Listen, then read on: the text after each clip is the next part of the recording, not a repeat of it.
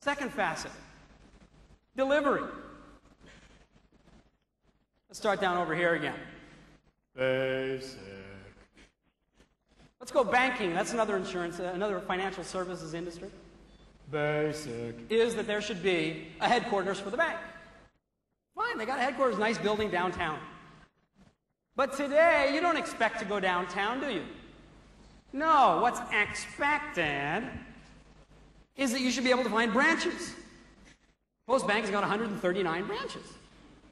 And that's expected. But sometimes, you go to that branch and they're closed. They're shut. So they gave you something that you said, ooh, desired. It's a little card. All of you probably carry one. You put it in a machine, you press the buttons, boom, out comes money from the wall. First time I saw that, I said, I want one of these walls in my house. Because it was desire.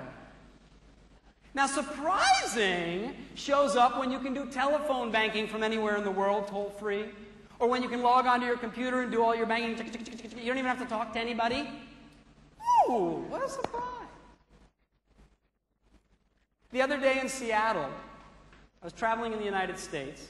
I went to visit some friends, and I saw something that I thought was downright unbelievable in the area of delivery. A friend of mine is working in an office building on the 12th floor. I was there about 11:30 in the morning. I said, come on, I'll take you out to lunch.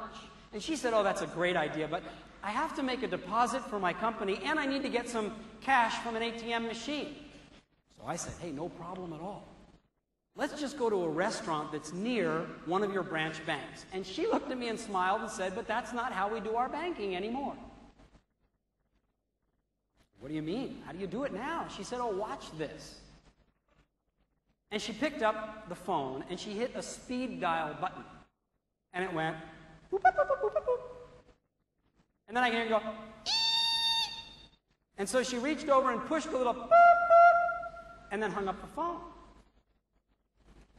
Well, that little ee sounded like a fax tone to me. So I went over to the fax machine. I said, are they going to print the money?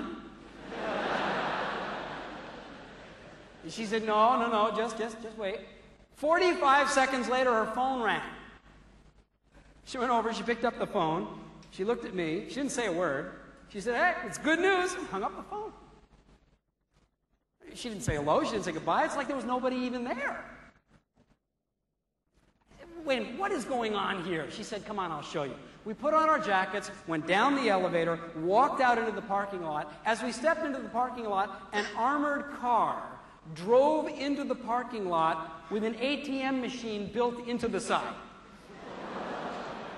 She waved at the driver, made her deposit, pulled out her card, put it in, tick, tick, boom, out came the money. Waved at the driver, whoa, he drove off.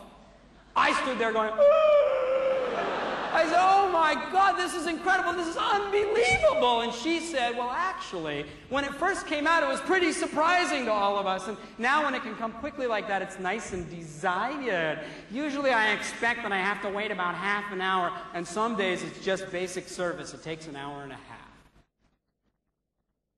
And I thought to myself, my goodness, even in the delivery field, every advancement also comes down the stairs. So how do you get through that glass ceiling and stay above it? If you want to stay above it, you've got to have good product and be able to represent it well. You've got to have good delivery systems, be able to know how to use them well.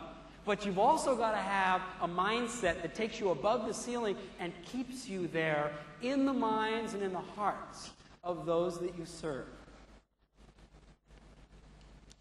So I'll tell you one more story. And you'll see how mindset is different from product and delivery. Because when you reach the top, you don't slide back down.